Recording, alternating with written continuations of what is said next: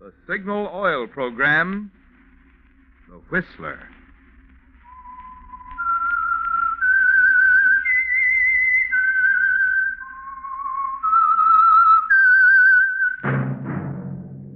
That whistle is your signal for the Signal Oil Program, The Whistler.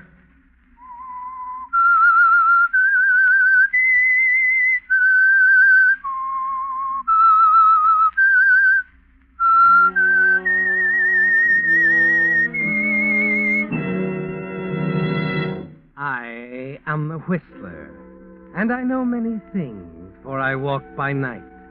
I know many strange tales hidden in the hearts of men and women who have stepped into the shadows.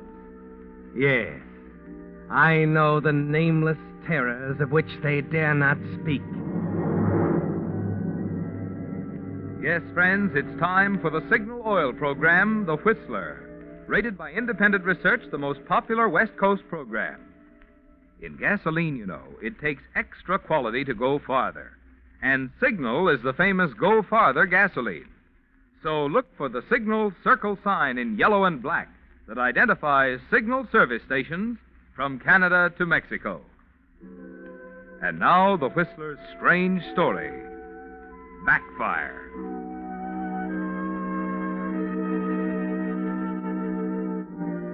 Just a moment before, the music of the little tango orchestra had seemed pure magic to him as they sat at their special table in the soft, enchanting gloom of the Club Madrid.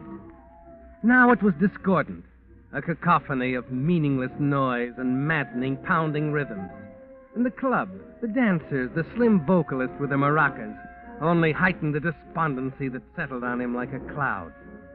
And the thing that had worked the change, that had transformed magic into misery in a split second, was the thing that Amy had said, tossed across the table to him as if it had been a comment on the weather. I'm sorry, Carl. I don't love you. I never did. Amy, what are you saying? Really, darling, it isn't anything to look so serious about. You must have known that we couldn't go on like this forever. Amy, we can't just throw it all away. You've got to understand. Throw what away?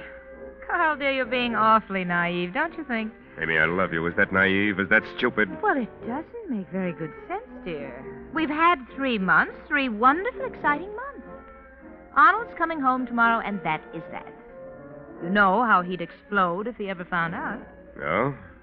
When did you hear from him? Well, he wired from San Francisco this morning. Aren't you just a little bit worried about him? Why? We've been discreet enough. You know, it's a little strange how a man can be so brilliant and so blind all at once. You almost look as if you delight in telling Arnold that. Yes. I'm afraid I can't afford to. Naturally. You know, I think Arnold might resent it a little if he knew his wife had become romantically interested in her chauffeur. That puts me in my place quite nicely, Amy. It was meant to, darling. I suppose you run and get the car. I want to talk to the orchestra leader for a minute. Well, what are you waiting for? Of course, Mrs. Pearson. Right away.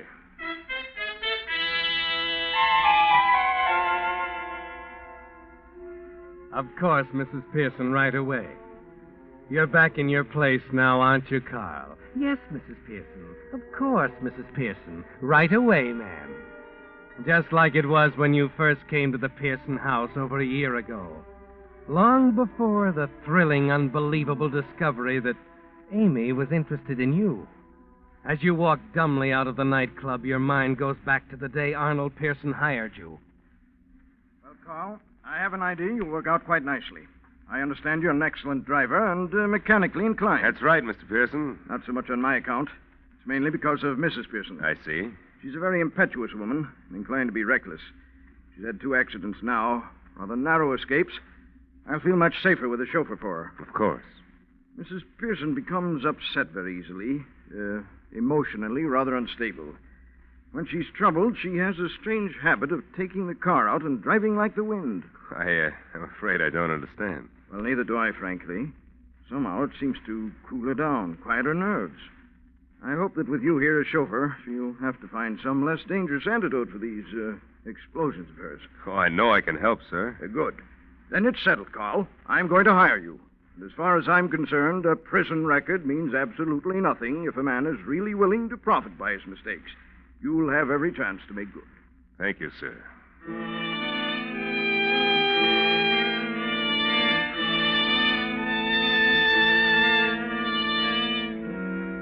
Yes, Carl, you're back in your place. Right where you were the day Arnold hired you, fresh out of state prison. And he hadn't thought of you since. To Arnold, you were a piece of equipment like a lawnmower or a washing machine, not a human being who might want something else from the world, something with pride and dignity. You hated him, didn't you, Carl? Him and his righteousness. And when Amy became interested in you, you wanted to scream in his face that if he didn't think you were somebody, his wife did. But that's all over now. The evenings at the Club Madrid with Amy are part of the past. She's Mrs. Pearson again, and you're back in your place as chauffeur. You're a little uneasy when Arnold called you into his study on the night of his return. I don't quite know how to begin, Carl. Something rather unpleasant has been called to my attention. Indeed, sir? First, however, I think I ought to tell you that I've advised my lawyers about you, Carl. You'll never want for anything, even if something should happen to me. Why, that's very kind of you, sir. I had no idea that you... I'm happy to do it, Carl. Oh. All I ask in return is your confidence. It's about Mrs. Pearson. Mrs. Pearson? As you know, Carl, I'm quite well known. And, well, the fact of the matter is, a chap from the firm spoke to me about Amy this afternoon. He implied she'd been seen on a number of occasions in the company of a strange man. Oh, well, it's probably only gossip, sir. I'm sure that... I hope it is just gossip. It sort of upset me, that's all. Coming home to a lot of ugly rumors about my wife and an orchestra leader. An orchestra leader? Yes. I believe he's working at the Club Madrid.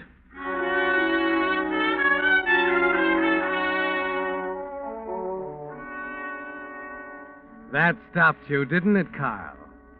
So, there was only one reason for all those evenings with Amy at the Club Madrid. Terry Larkin, the orchestra leader. You were stupid not to have seen it from the first. You're raging inside as you walk downstairs to the library. Amy is still there, curled up by the fireplace with a book. Hello, Amy. Oh, Carl. What's the matter, darling? I just talked to your husband. Seems there are rumors floating around. About us? No, not about us. Why, I don't understand. No, those baby blue eyes. Those beautiful, innocent baby blue eyes, you cheap, heartless little tramp. Wait a minute. Shut up. And tell me this, Amy. Who's it going to be after Terry Larkin? Carl. Kind of a hobby of yours, isn't it? Making a fool out of every guy you meet. I ought to do Larkin a favor. I ought to go to him right now and give him the tip-off. Tell him he's due for the high dive in a couple of weeks. You're not going to go anywhere. Do you understand? No? You're not going to do anything. Do you want to know why? Because you're involved as much as I am. Because I can talk, too. Because if it came right down to it, I'd sound a lot more convincing to Arnold and the parole board and everybody else. What about Terry Larkin? I'll see anybody I want any time I want. You know where that'll get you? I'll decide that. Now, if you don't mind, I'm going out for a drive. Wait a minute. You know what Arnold said. Skip it. When I want a chauffeur, I'll ring for one.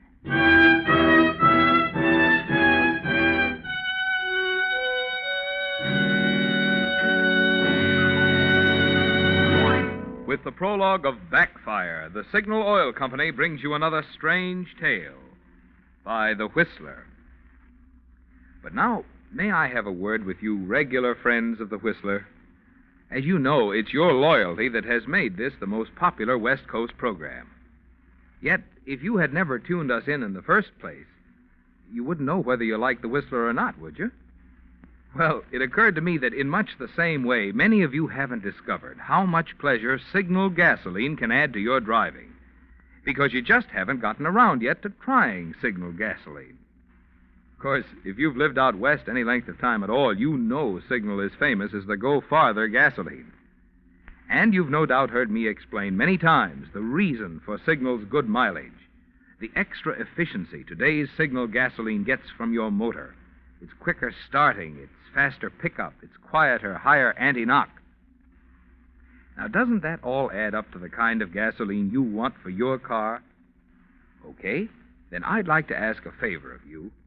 How about trying a few fillings of Signal gasoline, starting with your next tankful? Let your own car prove to you why Signal says in gasoline it takes extra quality to go farther. And now back to the Whistler.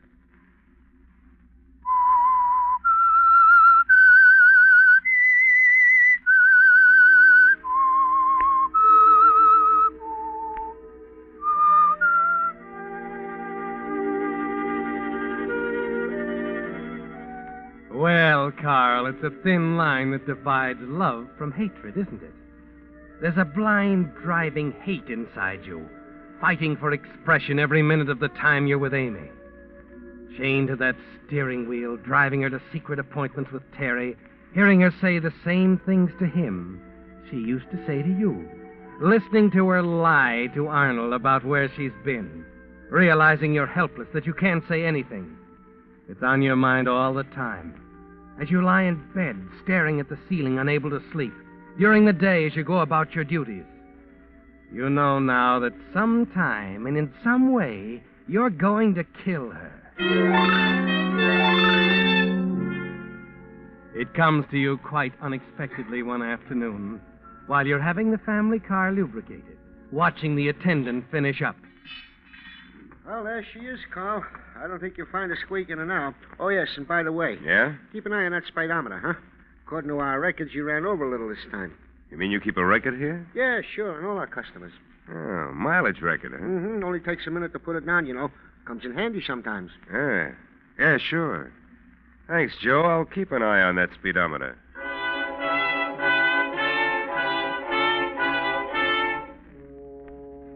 And that's all it took, Carl. A chance remark by the station attendant. Keep an eye on that speedometer, he said, and that's what you're doing. It's 5 miles to the Pearson home from the station, exactly 5 miles. And as the little figures on the speedometer drop into place, parts of a plan start falling into place in your mind. Amy and Arnold are at home.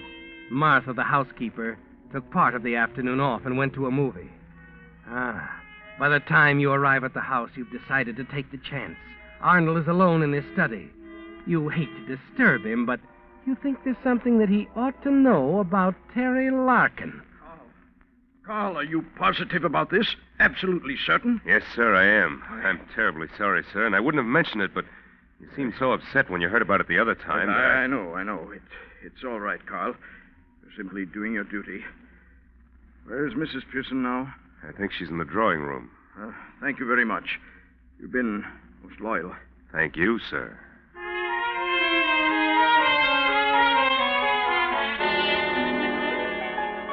Well, Carl, it's underway now.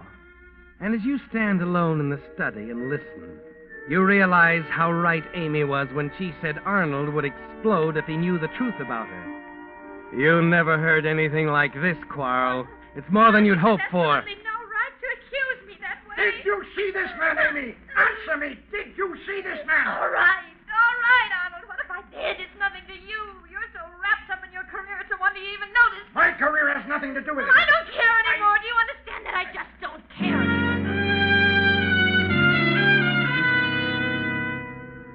And best of all, Carl, you aren't worried about what Amy might say about you. What she says won't matter. It's what she does that concerns you now. All that matters is that she behaves you expect her to.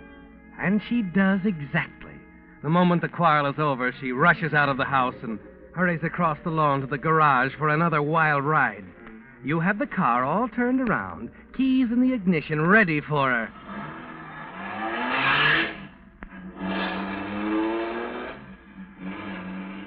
At the moment that she's sending the big car roaring down the driveway, you're reaching in her dresser drawer for her small .22 caliber pistol. And a minute later, you're walking quietly to Arnold's study for the most important step of all. Oh, it's you, Carl. Yeah. She left in the car, didn't she? I was hoping you wouldn't let her do that. Mrs. Pearson does pretty much as she chooses. Now, wait a minute, Not Carl. only with you, Mr. Pearson, with me, too. That's quite enough, Carl. You'll do well to let the matter drop right here. Forget all about it. I'll attend to my affairs in my... Carl. Carl, what are you doing with that pistol? You don't feel like such a big shot now, do you? It kind of brings you down to size, doesn't it? Carl, wait a minute. I've waited long enough. Put down that gun. Carl, have you gone crazy?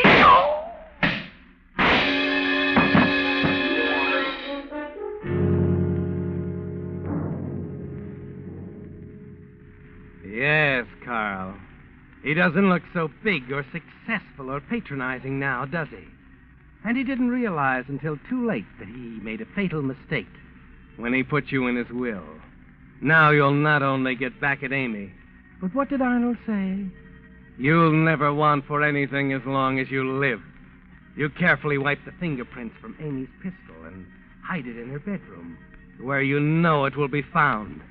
And then you hurry back to your quarters over the garage. Yes, Carl, Amy did just as you expected, and part of the gamble is won. Now the whole plan hinges on time.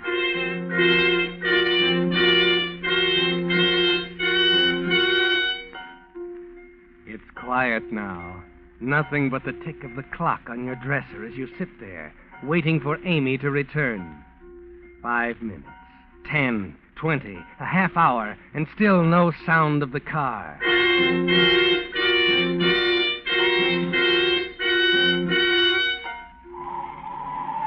Then you hear the squeal of tires as Amy swings into the driveway, and you know you've won. She pulls the car into the garage.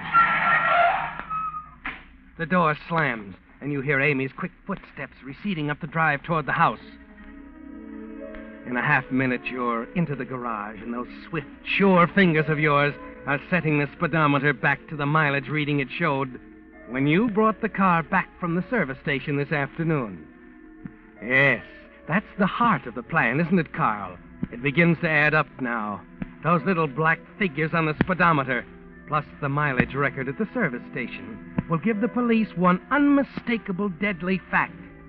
That regardless of what Amy says about driving alone on the highway at the time of her husband's murder, the speedometer will show that the car had not been taken from the garage.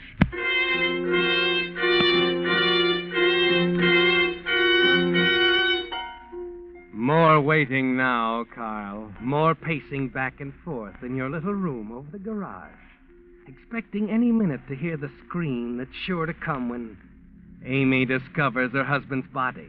But it doesn't come. There's no sound from the house. You wonder, then begin to be afraid, and then decide Amy simply hasn't gone into the study. Finally, at long last, you see Martha coming around the corner from the bus stop, back from the matinee. You brace yourself. It'll only be a moment now.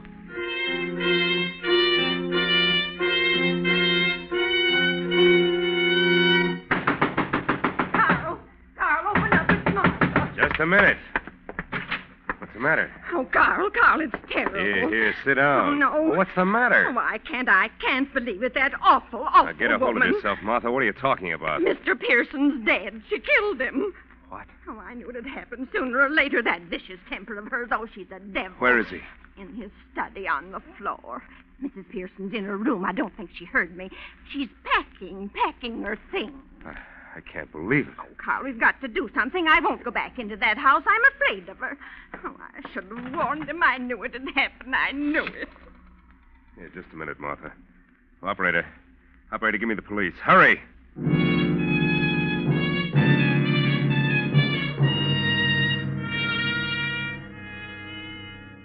It's working even better than you planned, isn't it, Carl?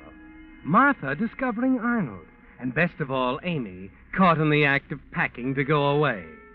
She must have decided to do that during her wild drive, realized it was all over with Arnold, that this quarrel was the last one. But who'll believe that story, Carl? It's so fantastic you can hardly believe it yourself. As the police car slides into the drive, the two of you run out to meet it, and you wisely decide to let Martha do most of the talking. Still up there, Inspector, in her room, cold-bloodedly packing to go away.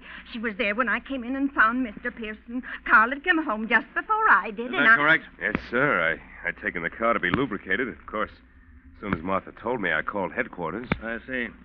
She doesn't know either of you two are here, eh? I went in the back door, sir. I'm sure she didn't hear me. How do you know she's packing? Her door was partly open as I sneaked down the hall past her room after I found Mr. Pearson. Why didn't you tell her about it? But I was afraid she'd turn on me, sir. Oh, she's a devil, that one. The quarrels I've seen, Inspector. The way she'd cut at poor Mr. Pearson with that vicious tongue of hers. It's a wonder it didn't happen long ago. Mm-hmm. So she bustles around in her room, taking her time with her husband dead in the study. That seem right to you, Carl? Why, it does seem odd, Inspector, That's but... putting it mildly. Mike, Yeah, Chief. take 4 men and cover the exits of the house. Stay here yourself till the coroner arrives. Right. Come on, you two. Let's go up to the house.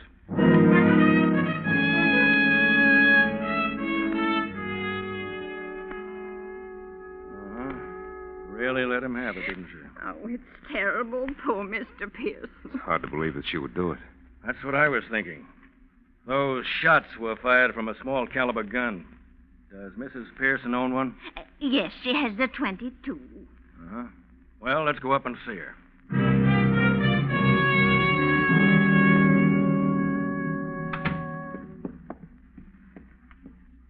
There's a few questions I want to ask you, Mrs. Pearson. All right, officer. You've been a little foolish, don't you think? I have a right to do as I please in my own house. That's a rather interesting attitude at the moment. Well, I think you might explain what this is all about, why there are officers all over this place. I was about to ask you to do some explaining. I haven't a thing to say. I see. Martha, Yes, Inspector. you say you were out of the house at a movie all afternoon. Yes, sir. I just got off the bus a half hour ago and walked up to the house. And then I ran out to Carl's rooms over the garage. All right, Martha. And you, Carl? Yes, sir. I've been having the car lubricated. I just got back a few minutes before Martha. Then you were out with the car almost all afternoon? Yes, sir, that's right. Carl. I'd be careful about what I said if I were you, Mrs. Pearson. Carl. What did you say? I said I was out with the car all afternoon. I had it greased and brought it straight home. Nothing wrong with that, is there, Mrs. Pearson? Why, I don't know what to... Inspector, if there's any question, you can check the mileage on the speedometer. They keep a record at the station. That's an idea. Now, Mrs. Pearson. Why, of course, yes. Yes, of course, Carl's telling the truth. He was out in the car. I've been here all afternoon.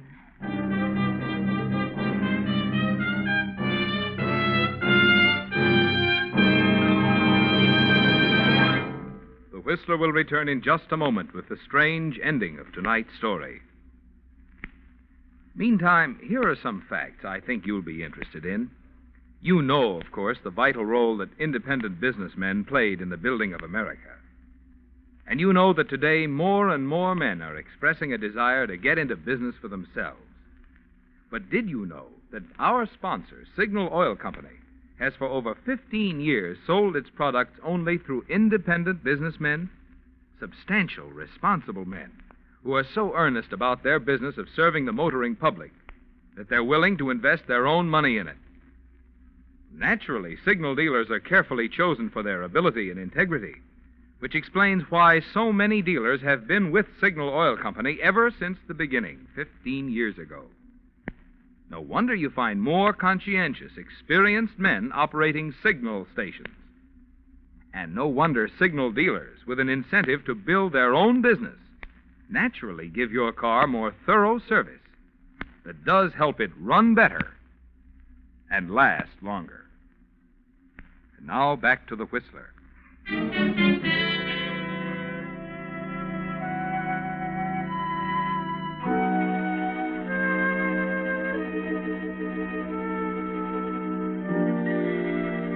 Well, Carl, that stopped you, didn't it? There were so many elements in the plan you couldn't calculate. Things you had to gamble on and win. Yet here in the final moment, when you expect Amy to explode in a rage, to accuse you of lying, and to finally go down to defeat before the cold, accurate figures on the speedometer, she calmly tells the inspector that it's all true, that you and not she were in the car. So it wasn't necessary. All the careful planning, the manipulation of the speedometer to destroy her alibi, the mileage record, the contrived quarrel, all of it was useless. And you stand there bewildered, waiting for the inspector to speak. Well, Mrs. Pearson, I hardly expected it to be that simple. You understand, of course, that you're under arrest for suspicion of murder. Murder? What are you talking about? Your husband. Arnold? What do you mean, murder? He's still right where you left him, Mrs. Pearson. On the floor of his study. I don't know anything about it. On your own admission, you and he were alone here in the house at the time of the killing. That's good enough for me. And I think it'll be good enough for the jury.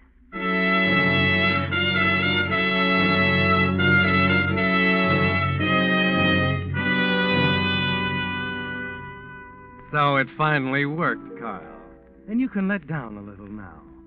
It was hard to believe, of course, the way Amy talked herself right into the trap. But she said it, and it's on the record, and you try to tell yourself you could never understand her anyway.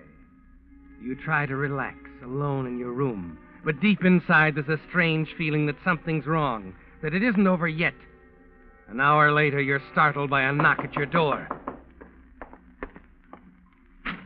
Oh, hello, Inspector. Carl, Where is she? down at headquarters. Oh. Carl, you probably realize that we know about your prison record. Yeah, of course. What's that got to do with it? I got a phone call a few minutes ago. Knocked me off my pins. I don't know what you mean. Carl, you're sure you were in that car this afternoon? Oh, now, I told you could check with the service station. We did. It checked. You drove straight home? Yeah, the speedometer... We checked that, too. Went over the whole car, as a matter of fact. The whole car? So you drove straight home, Carl. Past the corner of 89th and Fowler. Uh-huh. That's the usual route, isn't it? Yeah. The license number checks, too. Only one thing. The witness wasn't sure, but he thought a woman was driving. Oh, now, listen. If you think Mrs. Pearson was out in that car, you're wrong. I ought to know. The station man backs me up. Yeah, just because some screwy witness thinks he saw All her, right, Carl. That's all I wanted to know. Oh. What made you think you could get away with it? Huh? Pretty serious, you know. With that record of yours, you'll go up for the rest of your life in this state. What are you talking about? Manslaughter, Carl. Hit and run. That man you ran down at 89th and Fowler this afternoon died 2 hours ago.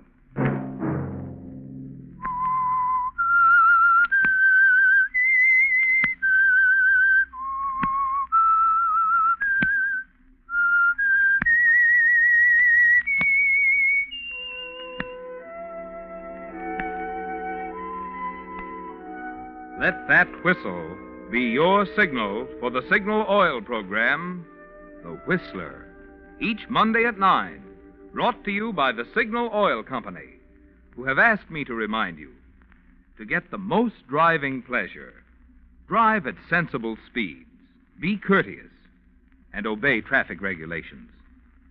It may save a life, possibly your own.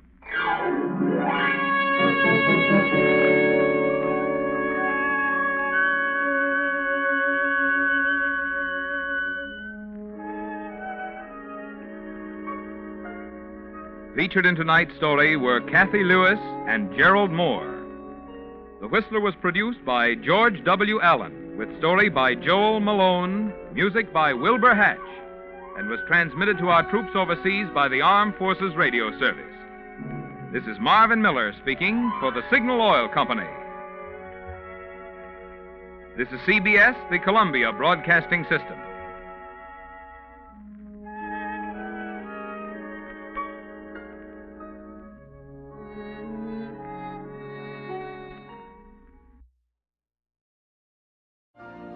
You've been listening to the OTR Gold Network. Find more classic radio at otrgold.com.